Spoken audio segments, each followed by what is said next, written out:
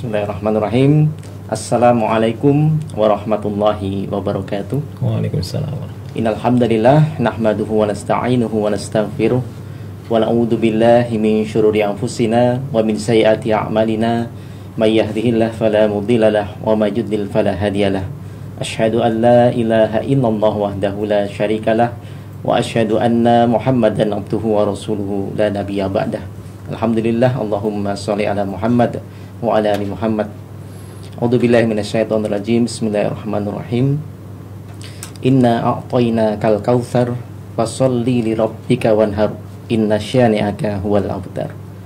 Alhamdulillah, pemirsa pengajian sore yang kami sayangi semuanya, dimanapun Anda berada, alhamdulillah bersyukur pada Allah, kita semua sore ini dipertemukan dalam majelis kajian sore ini. Mudah-mudahan acara kita ini mendapatkan ridho dan keberkahan dari Allah Subhanahu wa taala. Kedua, salawat serta salam semoga senantiasa tercurah pada junjungan kita Nabi besar Muhammad sallallahu alaihi wasallam, pada sanak keluarga, para sahabat dan para pengikutnya. Alhamdulillah, tidak terasa satu minggu lagi kita akan menghadapi ibadah Idul Kurban ya. Mudah-mudahan kita semuanya bisa melaksanakan dengan sebaik-baiknya. Alhamdulillah, sore hari ini bersama kita sudah ada Ustadz Triyono Hari Kuncoro, dan tema kita pada sore hari ini adalah korban tanda cinta. Nah, ini agak menarik ini. Saya takut salah baca ini, korban cinta itu. Tapi alhamdulillah, mudah-mudahan ini bisa kita laksanakan, dan marilah sebelumnya kita awali dengan baca basmalah bersama-sama. Bismillahirrahmanirrahim. Untuk selanjutnya kepada Ustadz Kuncoro kami persilahkan. Baik, terima kasih Mas Weli. Assalamualaikum warahmatullahi wabarakatuh. Waalaikumsalam. Alhamdulillahilladzi anzala sakinata fi qulubil mu'minin liyazdadu imana ma'a imanihim. Asyhadu an la ilaha illallah wa asyhadu anna Muhammadan abduhu wa rasuluhu la nabiyya wa la rasula ba'da. Allahumma sholli ala Muhammad wa ala ali Muhammad. Amma ba'd. Pemirsa yang insyaallah dirahmati Allah Subhanahu wa taala, dan Mas Weli, host yang sudah mulai ngetop ini ya. Alhamdulillah, bersyukur pada Allah, pada sore ini kita dipertemukan dalam majelis yang insyaallah diberkahi ya.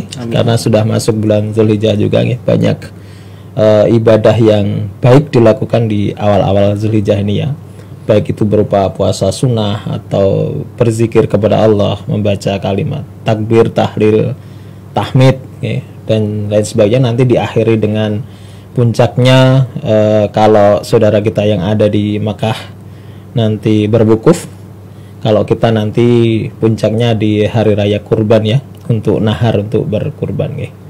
Ada satu hal yang menjadi unik di Indonesia ini adalah bahwa Idul Adha yang semestinya menjadi hari raya yang paling besar karena bertepatan dengan musim haji itu ya, itu kalau di Indonesia kan rasanya ya tidak terlampau besar dibandingkan dengan Idul Fitri ya.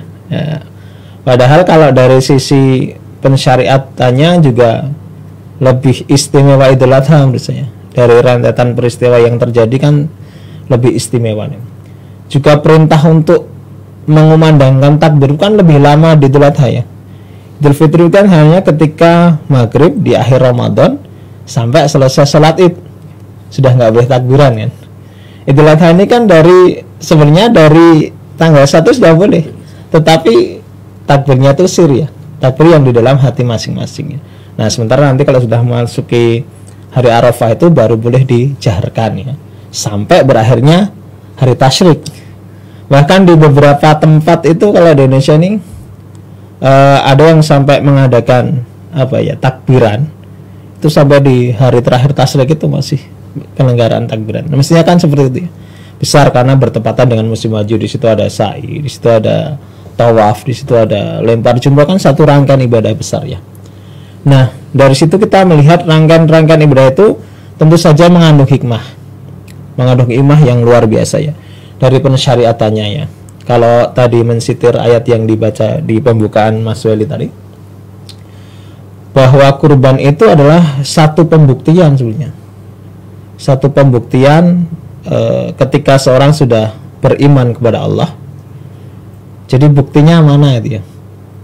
Kalau dalam bahasa anak sekarang itu kalau mengaku cinta ya harus ada tandanya, harus ada buktinya gitu. Ngaku cinta kok ora tombok gitu ya.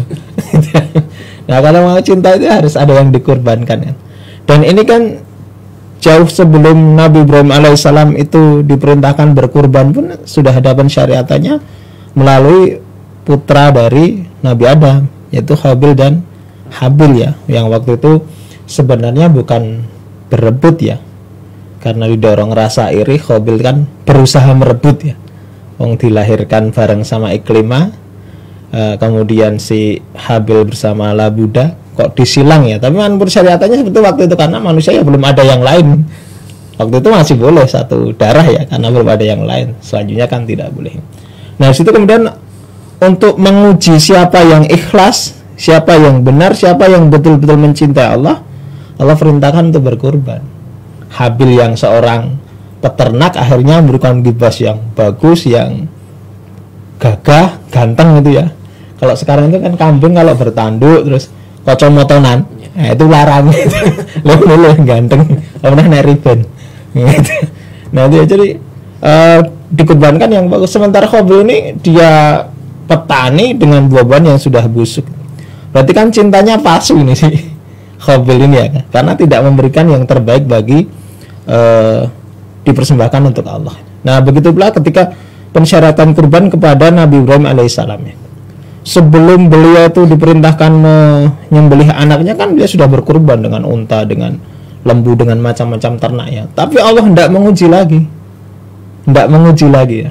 Nah setidaknya ada 3 hal penting ya di dalam peristiwa kurban itu ya. Yang pertama tentang cinta, yang kedua tentang pengorbanan, yang ketiga tentang pendidikan nih. Jadi 3 hal besar sebenarnya yang bisa kita ambil dari peristiwa kurban itu dia. Yang pertama tentang cinta ya. Bagaimana Allah hendak menguji Nabi Ibrahim, kecintaannya itu kepada apa yang dimiliki, merasa dimiliki itu ya. Apakah mengalahkan cintanya kepada Allah? Diuji lah dari situ. Dengan apa? Dilahirkannya seorang anak yang sudah dinanti sampai puluhan tahun kan. Nabi Ibrahim kan sudah sepuh ya memiliki Ismail itu. Itu kan jelas kebanggaan, kesenangan, kegembiraan yang luar biasa ya. Kita saja yang beberapa tahun nikah sudah punya anak kan senangnya pas ora umum itu. Apalagi penantian yang panjang itu ya, penantian yang sangat panjang. Begitu lahir harus ditinggalkan lagi kan, harus berdakwah di tempat lain ya. Ketika kembali dan sudah bisa diajak bermain, diajak bekerja sama, kok Allah turunkan perintah yang bagi manusia mungkin ini nggak masuk akal nih perintah. Makanya iblis kan melalui hal itu kan mencoba untuk mengaruhi Nabi. Iki perintah opo kaya mosok bapak kon belah anake ora mutu blas gitu. Ya kira-kira begitulah. Nah, kalau kita menarasikan pengaruh ya iblis itu nih. Jadi betul-betul ujian yang berat karena kecintaannya kepada anaknya hendak diadu dengan kecintaan kepada Allah. Dan Nabi Ibrahim menangkan itu ya. Bahwa cintanya kepada Allah melebihi cintanya kepada anaknya. Bukan berarti tidak cinta kepada Ismail. Itu kan hembusan iblis kan seperti itu. Berarti kamu nggak cinta sama anakmu. Kok maunya disuruh menyembelih gitu.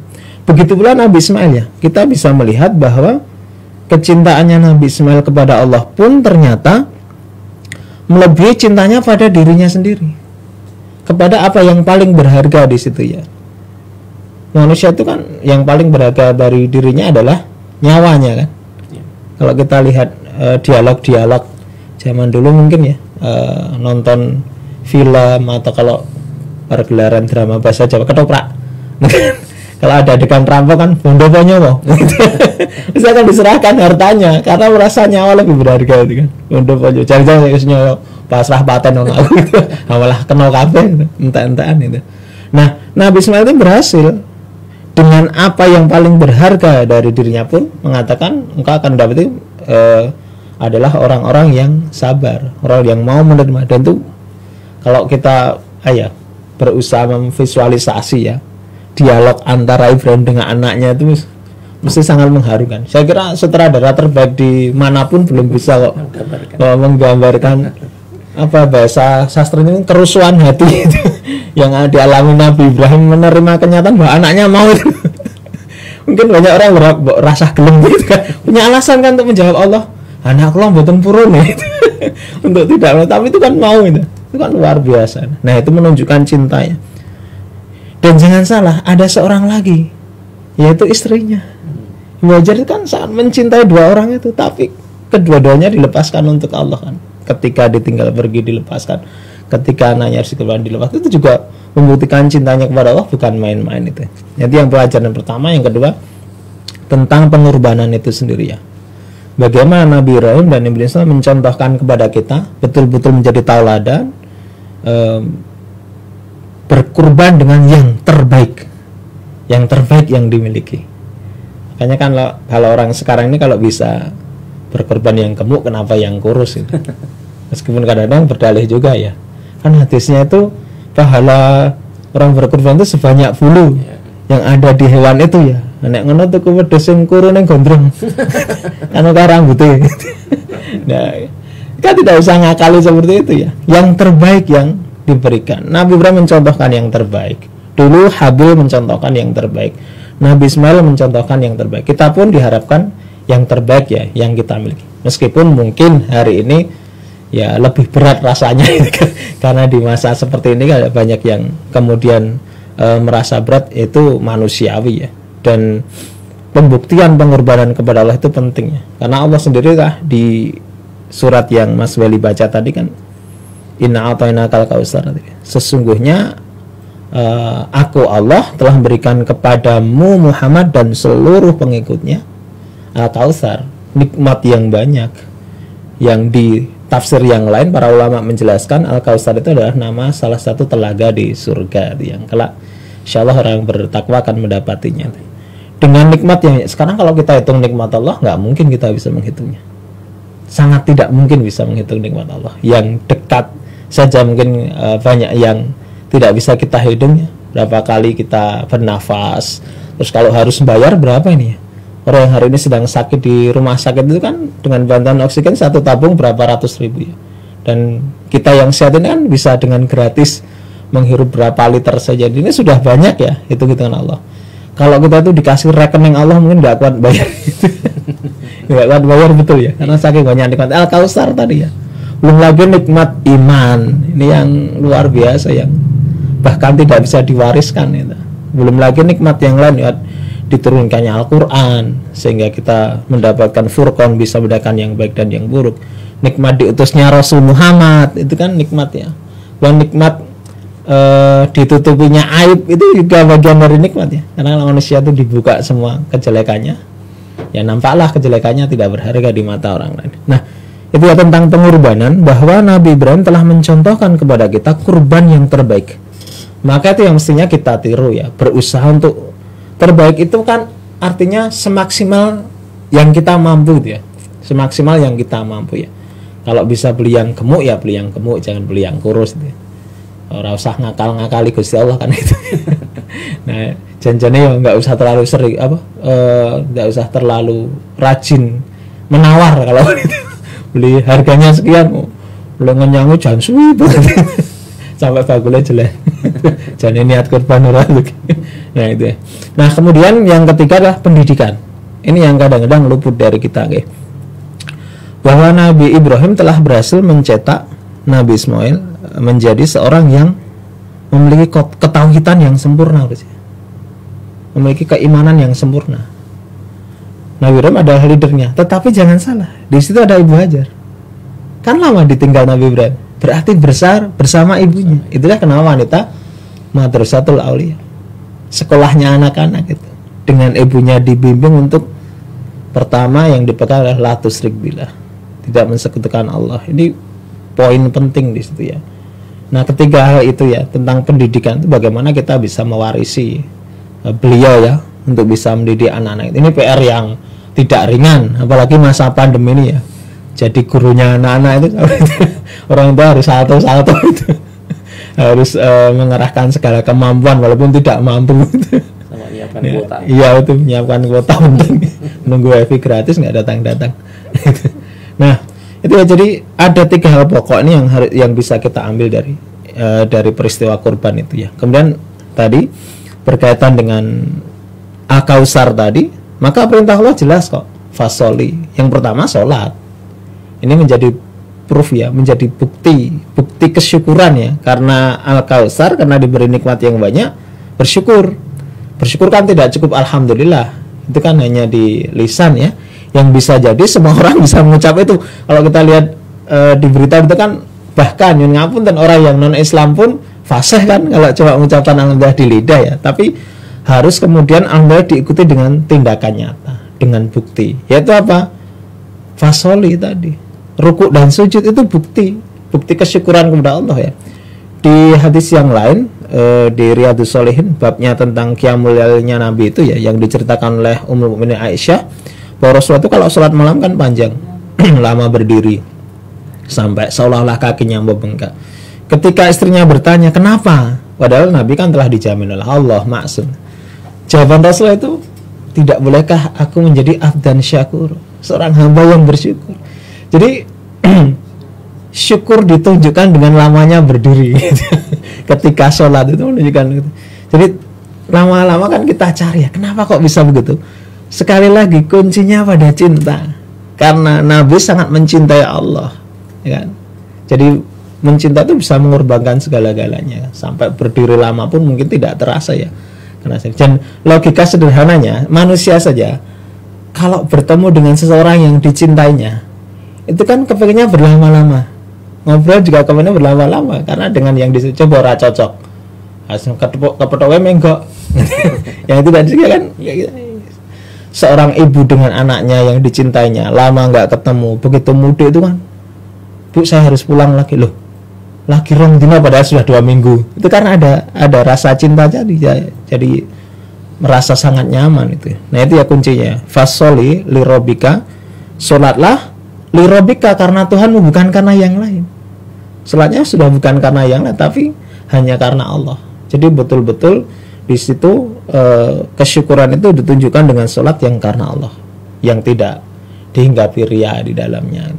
Wanhar lah, lalu berkorban, tadi perintah untuk berkorban. Lagi ini penting sekali ya tentang korban itu, dan juga yang akan sampai kepada Allah kan walakin taqwa minkum ya. Lalu muhwaladi mauka, bukanlah kulit, bukanlah daging, bukanlah bulu, akan sampai walakin kan tetapi takwa, ketakwaanmu. Jadi disitulah dibutuhkan keikhlasan. Dan korban itu mesti rugi. Nek korban badai ki aneh, meroyak gitu. Korban itu mesti rugi ya. Ya kan? Yang berkorban rugi, wanya hong tuh larang-larang ngomong jemuk sak protelan. Yang rugi ya. Begitu pula yang membantu lo ya. Rugi, dia ikut bantu capek, tenaganya habis, harusnya kerja jadi nggak kerja, kehilangan peso, sandalnya jebat. Itu kan rugi ya. Nah kerugian itu sebenarnya bagian dari pengorbanan, karena ibadah terbaik di hari korban, di hari nahar itu ya ikut dalam proses itu semua. Itu ibadah terbaik hari itu ya. Nah nanti inasyanya kahwal abetarnya muncul di belakangnya. Sesungguhnya orang yang bencimu, mereka yang terputus. Siapa? Orang yang tidak suka dengan yang berkorban ya kan? Itu konconnya setan. Tidak suka dengan Nabi Ibrahim berkorban kan setan ya. Nah manusia kan ada ya, setan dari golongan manusia ya ora seneng, larang sapi, larang wedhus, larang dikorban kayak mbok belah pangan dhewe piye. Karena dia begitu. Nah ini asyanya kalau benar mereka yang terputus dari rahmat Allah, sehingga mereka diputus. Nah kalau sudah diputus dari rahmat Allah, gimana nyambungnya ya? Barang siapa yang diberi petunjuk Allah, tidak yang bisa menyesatkan, dan sebaliknya yang disesatkan tidak akan mendapatkan petunjuk. Yang diputus dari rahmat, padahal rahmat itu Allah itu yang akan memasukkan manusia ke dalam surga, karena rahmat Allah kan pahalanya nggak cukup, tapi rahmat Allah yang akan menolong manusia masuk. Nah kalau tidak mendapat itu, terus mau kemana lagi bang? Surga juga cuma itu punya Allah. Kan nggak bisa cari yang lain. Jadi nanti ada orang-orang yang model begitu ya, yang tidak suka dengan orang yang melakukan ketaatan kepada Allah. Orang-orang kok kan komentar gitu. Nanti muncul itu. Kita dosa sapa ki? Nah kok cempe padahal daerah ya ora kurban itu.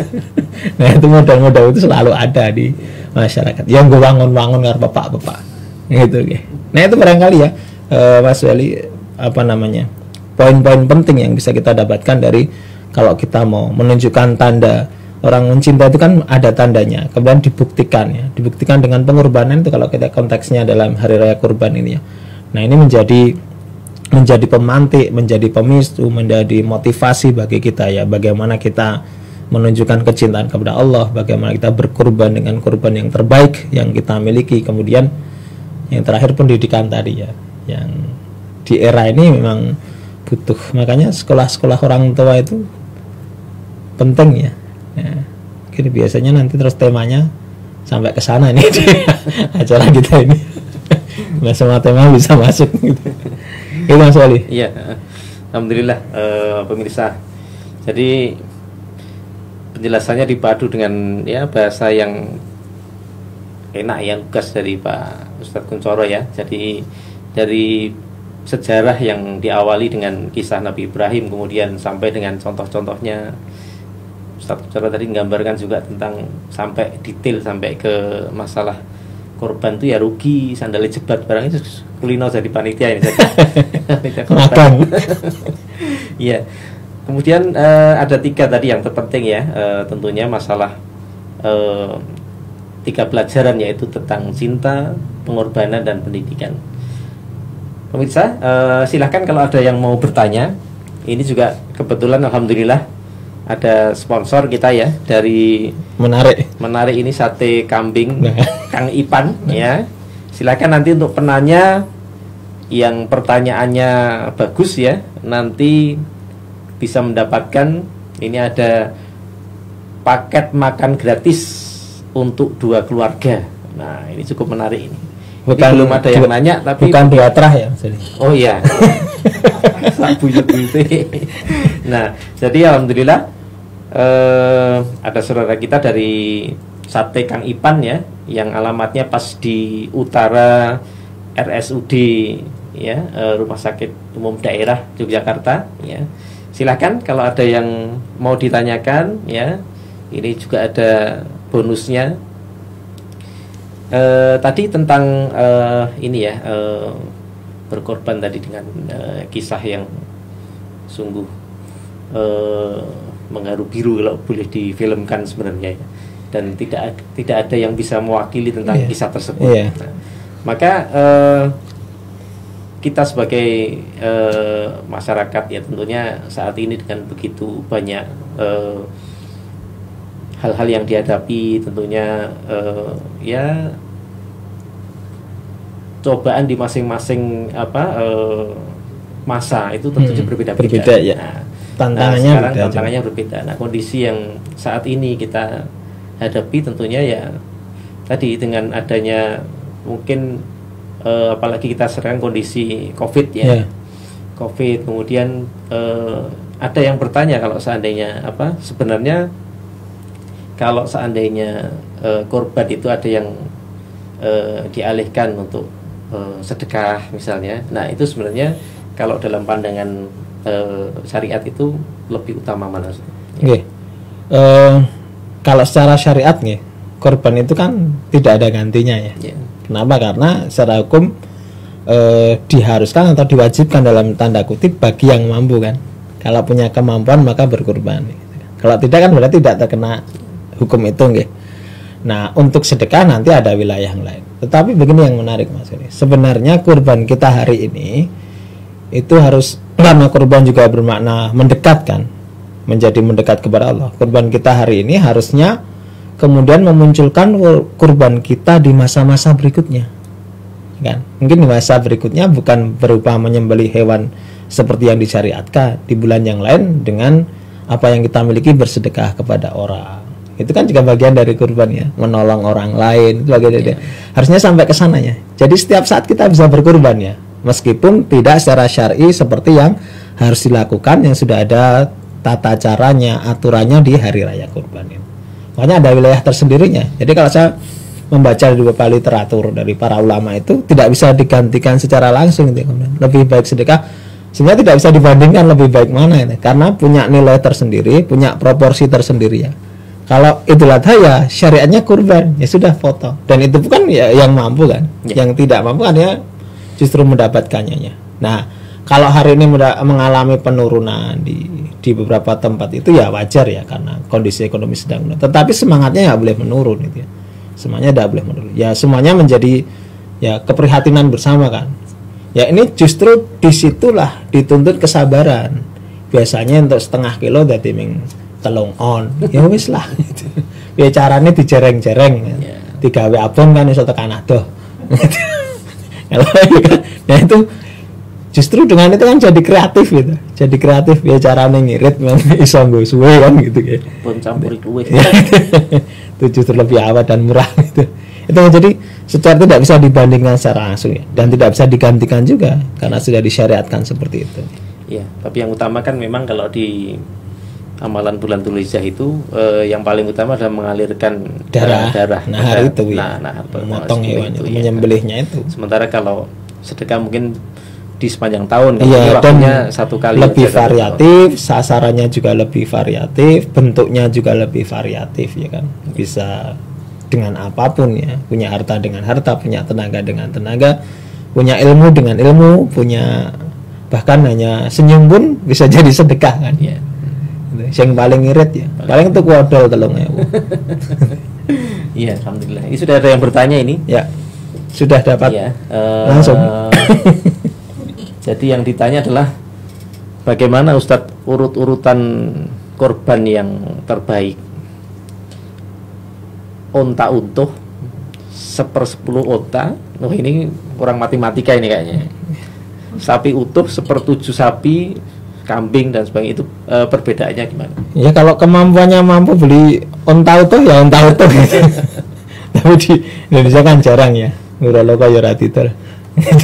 Itu enggak. Kalau mampu itu ya karena yang terbaik ya, kalau mau berikan yang terbaik ya berarti kan yang kalau ukuran harga berarti kan yang termahal itu kan. Nah, kondisi juga mempengaruhi gitu ya, artinya kemampuan kita yang terbaik itu yang kita berikan kepada Allah, kita kurbankan untuk Allah ya. Seandainya mampu segitu juga bagus ya. Maka kalau ada keluarga yang biasanya 1/7 sapi ternyata anak-anaknya sudah mulai mentah, sudah bekerja, kita buat satu keluarga 1 ekor sapi itu juga bagus. Nilai manfaatnya juga akan lebih banyak ya, yang bisa diberikan ke orang lain dari hasilnya itu ya. Ini tergantung kemampuan. Yang penting mastata'tum tadi ya, yang paling maksimal yang bisa kita berikan. Kalau bisa 2/7 ya 2/7 nggak apa-apa ya. Satu di sana, satu di sini. Kalau bisa juga korban merem ya. Korban merem itu begini. Jadi kita korban titip ke lembaga atau apapun namanya, terus kita serah mikir apa-apa, sebenarnya korban. Nggak mikir jatahku ya.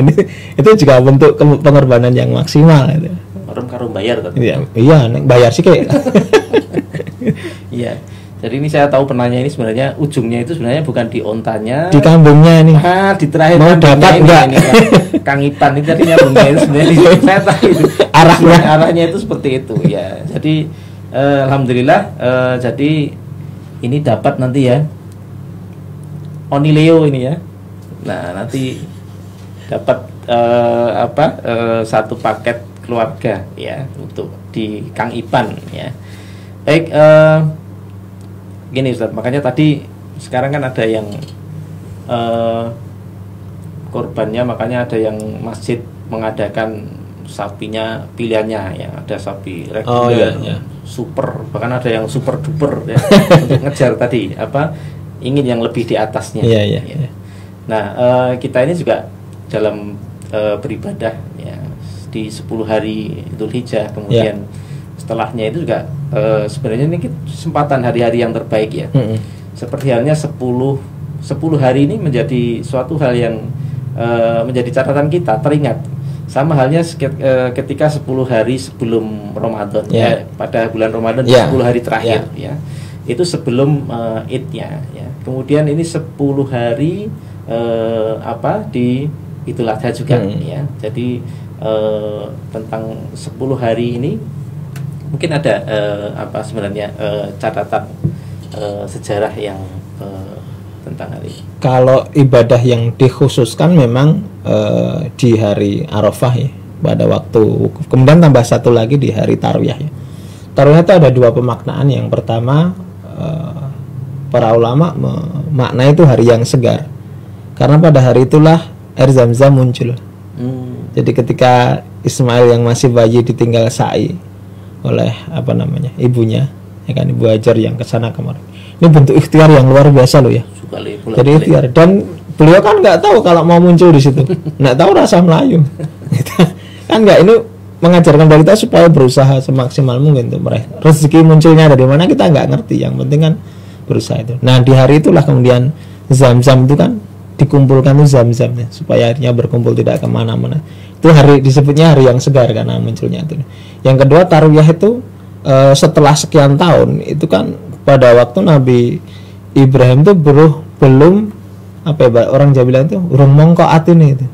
Masih ada kebimbangan di antara mimpinya yang masuk iya kon boleh anakku gitu ya. Nah itu masih ada di hari tarwiyah. Dan kepastiannya kan muncul di hari Arafah itu ya. Baru kemudian sehari berikutnya diperintah untuk menyembelih anaknya itu ya. Nah selebihnya mulai 1 Zulhijjah kita perintah untuk banyak beribadah, kan ini hari-hari yang mulia itu, memperbanyak tadi ya takbir, tahmid, tahlil itu ya, meskipun secara sir ya. Kemudian kalau yang dikeraskan nanti kalau sudah mulai masuk tanggal 9 ya. Nah, saiki wis mumpung takbiran ngene, nggo bedung mah geger gitu. Iya.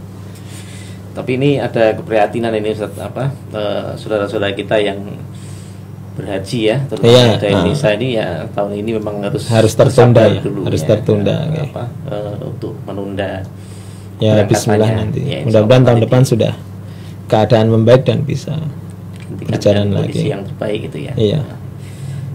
Baik, berikutnya ada yang bertanya lagi tentang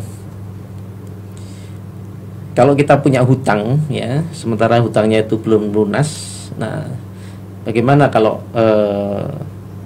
mau korban? Niat untuk berkorban. Niat sih nggak apa-apa nih. Ya. Hutangnya disaur dulu.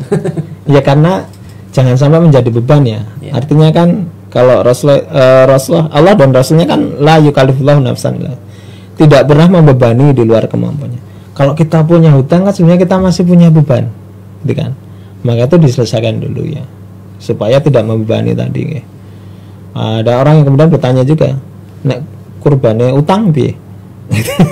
Kurban tahu untuk jaga ora kan begitu ya. Babnya itu kalau jelas-jelas ada yang dijaga, kayak misalnya hanya karena penundaan pembayaran ya, kita punya uang tapi nanti di pertengahan bulan depan itu insya Allah didapatkan, itu nggak apa-apa ono jagane terus. Tapi kalau nggak sama sekali ya rada nekat kan.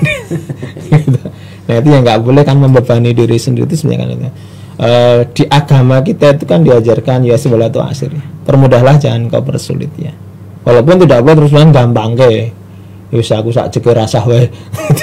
Tetap harus ada punya niat ya. Wah, menabung itu lebih baik ya.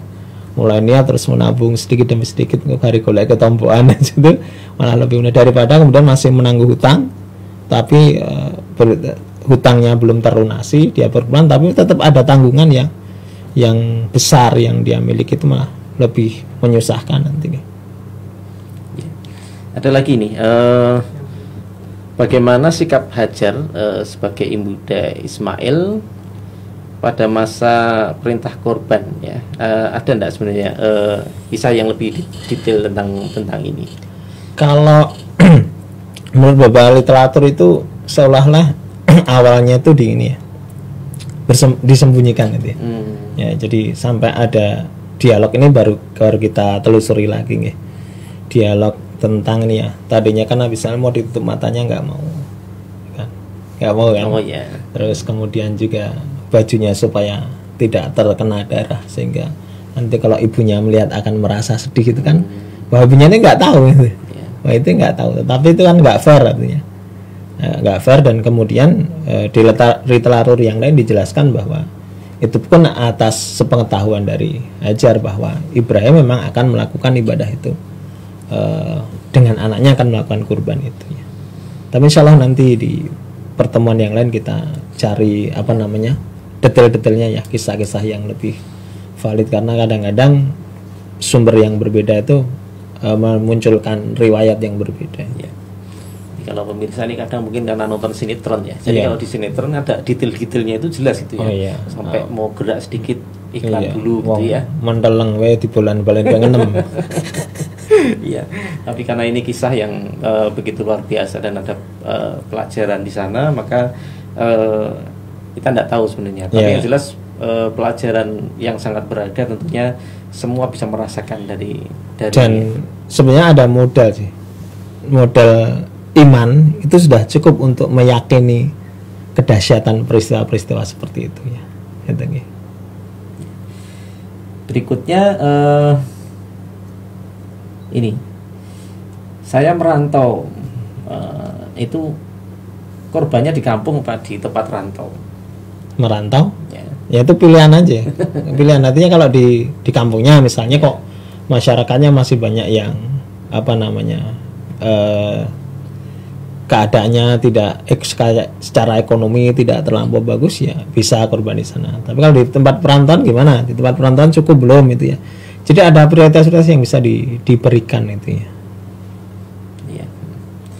Ya, jadi pemirsa, dari beberapa pertanyaan ini mungkin kita ulang lagi ya tadi ya, beberapa yang ditanyakan oleh pemirsa, terutama tadi yang kalau yang berhutang tadi ya, supaya tidak menjadi beban ya.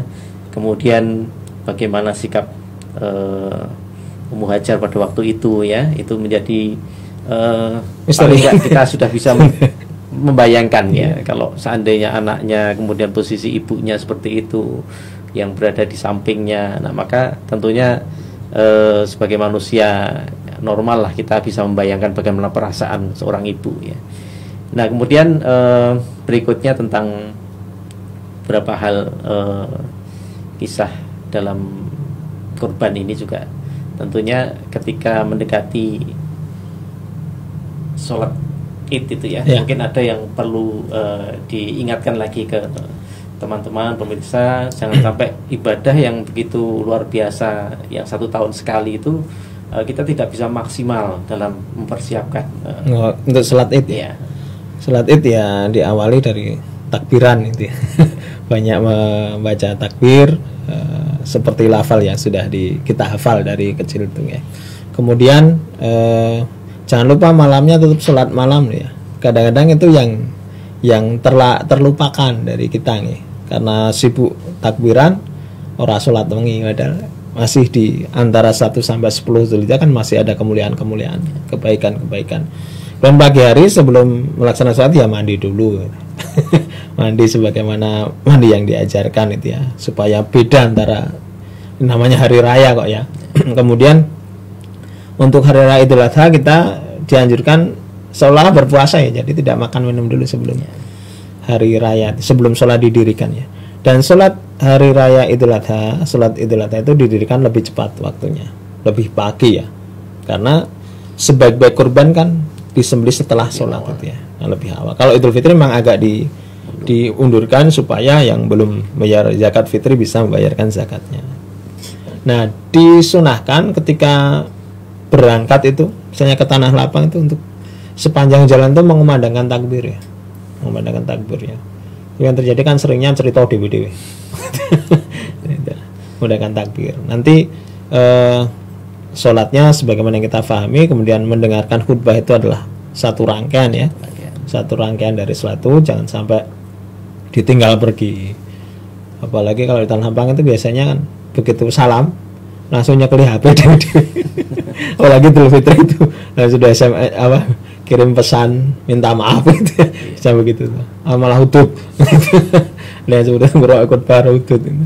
Nah, kemudian pulang itu dianjurkan lewat jalan yang berbeda untuk menambah syiar dan pahala itu. Nah, tapi ada yang ngakali Mas Budi, karena jalannya lurus kan, tadi lewat sini sekarang lewat sini, kan sudah beda, tadi sana sekarang sini. Ya kan? Katanya begitu ya. Nah, setelah itu baru kemudian berkurban ya dengan hewan yang sudah disiapkan tadi ya, untuk menunjukkan syiar, bagi masyarakat, inilah hari raya kaum muslimin. Dan sebaik-baik amalan di hari raya kurban adalah terlibat di dalam pelaksanaan kurban itu. Jadi bagi yang tidak berkurban ya, nah hanya karena masa seperti ini mungkin agak dibatasi ya. Bukan tidak boleh, tetapi ada pembatasan-pembatasan yang sebenarnya itu tujuannya juga untuk keselamatan kita bersama, untuk kebaikan kita bersama. Itu nggih. Ya, jadi tentunya panitia-panitia korban juga harus menjadi catatan ya. Jadi tentang protokol kesehatan juga harus dimaksimalkan, jangan sampai jadi klaster baru. Ya. Ya, jadi harapannya biar seperti itu. Dan mudah-mudahan korban yang akan datang ini, mari kita semua pemirsa bersama-sama kita mengambil keutamaan di Idul Kurban ya. Salah satunya dengan menjadi panitia korban juga tentunya, namun dengan tetap menjaga ya, cuci tangan, kemudian memakai masker ya. Tadi kenikmatan dari Allah tadi yang oksigen tadi di awal Ustaz nyampaikan, wah itu begitu nikmat dan agak berkurang sekarang karena harus pakai masker. Nah, maka itu sebagai sebuah konsekuensi kita untuk menjaga kesehatan supaya tidak mengurangi penularan ya tentunya. Itu mari sama-sama kita laksanakan. Kemudian berikutnya ini sudah, karena mungkin masih ada yang mau bertanya tapi karena waktu ya Ustaz ya. Jadi untuk terakhir sebagai penutup ya. Baik pemirsa yang telah dirahmati Allah Subhanahu wa taala. Mari kita maksimalkan amal ibadah kita di awal Zulhijjah ini sampai dengan hari tasyrik tentunya ya. Bukan berhenti di hari kurban tapi sampai hari tasyrik itu ya. Jangan sampai ada yang nggak tahu, sudah hari Seninnya wis aku puasa Senin. Ternyata hari tasyrik itu. Ya, yang harus diketahui bahwa hari tasyrik itu hari, kalau bahasa maknanya itu menjemur daging itu. Maksudnya ya makan daging kurban, terus dijarangi nanti hilang malah daging itu. Dengan maksimalkan seluruh rangkaian ibadah kita, berkurban dengan maksimal, kita tunjukkan kecintaan kita kepada Allah dan kecintaan kepada saudara-saudara kita dengan berbagi dengan daging kurban yang kita miliki ya. Mudah-mudahan dengan itu kita betul-betul menjadi kurban ya, taqarrub ya, betul-betul menjadi qarib, itu kan dekat ya, dekat kepada Allah ya. Nah, kalau sudah dekat dengan Allah kan ya banyak hal yang akan dipenuhi oleh Allah Subhanahu wa taala. Apalagi di masa sulit ini justru harus berdekat-dekat kepada Allah Subhanahu wa taala. Wallahu a'lam bishawab. Jazakallah pada Ustaz Nusyara ya. Alhamdulillah kita sore hari ini walaupun mungkin ada yang capek pulang kerja tapi ya tambah seger lagi kita ngaji ya, biar tambah seger. Dan kepada tadi yang mendapatkan paket keluarga ya untuk makan di Sate Kang Ipan, nanti akan dihubungi oleh panitia ya setelah ini. Handphonenya jangan dimatikan.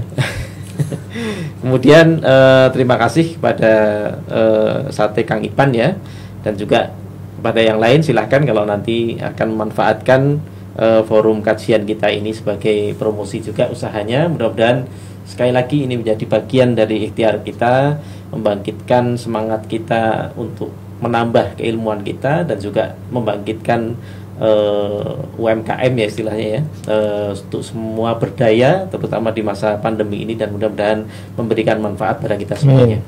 Baik pemirsa, berhubung dengan waktu maka marilah kita akhiri kajian kita pada sore hari ini dengan membaca hamdalah dan doa penutup majelis. Alhamdulillahirabbil alamin, subhanakallahumma rabbana wa bihamdika, asyhadu an la ilaha illa anta, astaghfiruka wa atubu ilaik. Saya pembawa acara kita Weli Aryadi, mohon maaf kalau ada kekurangan, kesalahan, kekhilafan kami dalam membawakan acara. Mudah-mudahan kita tetap istiqomah dalam program ini, dan silahkan untuk disampaikan kepada sahabat-sahabat yang lain ya.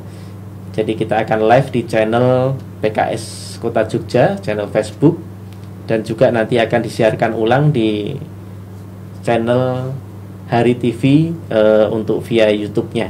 Jadi sekali lagi program ini adalah kerjasama dari DPD PKS Kota Jogja bekerjasama dengan Hari TV. Mohon maaf kalau ada kurang, sekali lagi wabillahi taufiq wal hidayah. Assalamualaikum warahmatullahi wabarakatuh.